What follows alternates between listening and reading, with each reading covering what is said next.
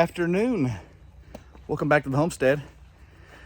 A couple of videos ago, it was a garden tour video, and I had shown a pest on my tomato plants. These pests are called aphids, and they're little tiny bugs. And what they do is they suck all of the nutrients and moisture and everything out of these plants. The two plants that I see them the most on, well, I'll say three. I see them a lot on tomatoes, peppers, mainly bell peppers, and daylilies. And they just decimate them if left undealt with. So the first thing that I would suggest trying is just dousing it down with water. The pressure of the water kind of washes the bugs off, maybe drowns some of them, whatever, I don't know.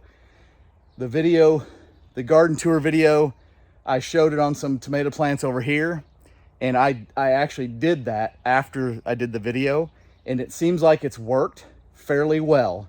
Now they're gonna come back, but in my little area of the high tunnel here where I've got stuff planted in the ground, and it's kind of my area for, extras, and I really don't do a whole lot of maintenance, or I just kind of let it go wild. And I just noticed this tomato plant is covered in aphids.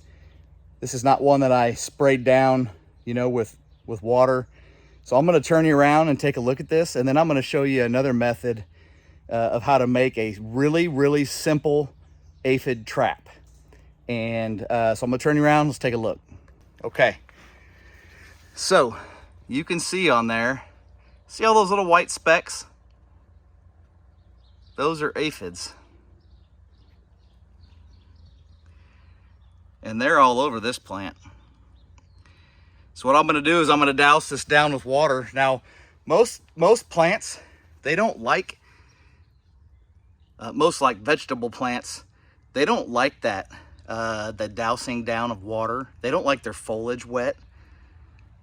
But we're going to do it anyway, and then we're going to put out some aphid traps. So let's take a look. Now, the things we're going to need to build this trap, and I'm sure this can be done numerous ways, but this is how I've done it the past few years, and it really works well. So I've got yellow solo cups.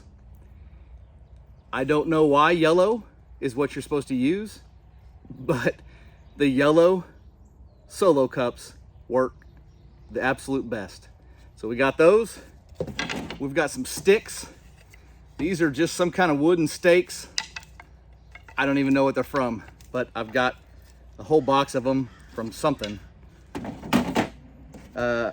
You can either put on like rubber gloves, latex gloves, or you can just grab a big wood chip or a popsicle stick or spoon or whatever. I'm out here, I don't have all that other stuff, so I just grabbed a big wood chip. We're set.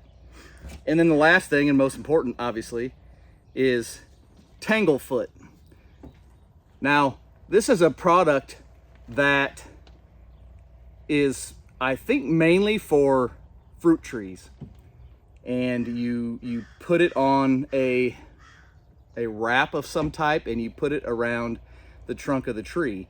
And in the spring, as the certain insects climb up the trunk to get into the tree, they get caught on this, and it supposedly really reduces the amount of insects you have in your fruit trees. So we're gonna get a little bit better look at this tree Tanglefoot. I'm sure there's all kinds of different brands, all kinds of different products, whatever. This is just what I use. I've used it for several years, and it really works well. Now this stuff, I would normally put gloves, like some kind of gloves on. It's crazy sticky. It kind of looks like caramel. But what we're going to do is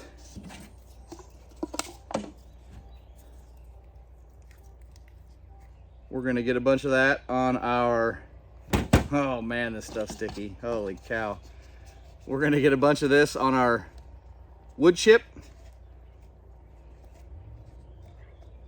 and we're just gonna spread it on very liberally around the cup.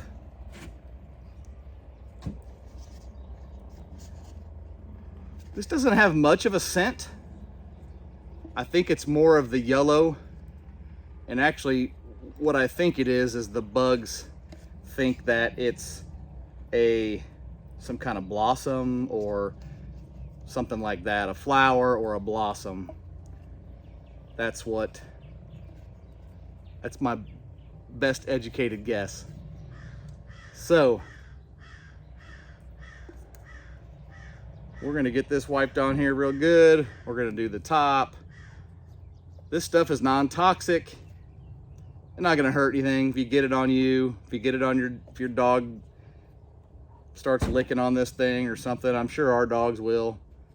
They're pretty much,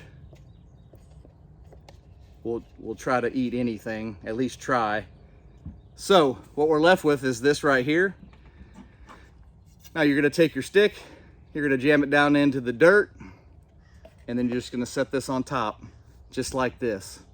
So let's go do one of those and give you, a visual on what this looks like stuck in the dirt. Okay, so these are actually the tomato plants that I saw the aphids on the other day, and I'm not seeing any right now. So that bolt of water, oh yeah, there's some on there. There's some on there. Those suckers are coming back. So anyway, we don't want to let those beauties, look at that thing. Oh yeah. We don't let those things go to waste. So what we're gonna do is,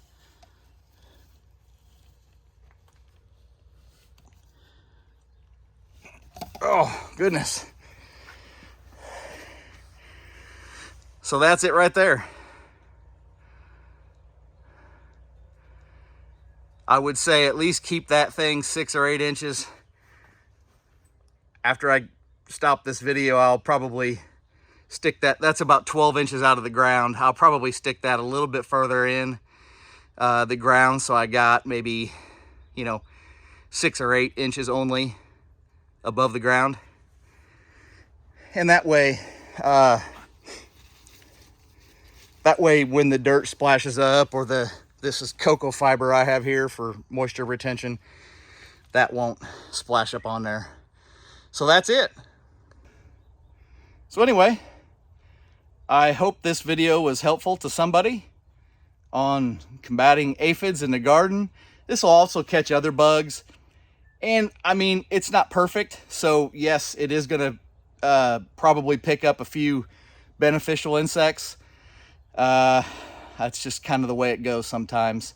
So if you have other ways that you are combating aphids, or any other bug for that matter, let me know in the comments. Let's talk about it. I'd love to learn more too. So if you've been gardening for a long time and you have a lot to suggest, or anything else to suggest, not just me, but the other viewers may look at the comments and pick up some good tips. So I appreciate it. Thank you guys for watching, and we'll see you on the next video.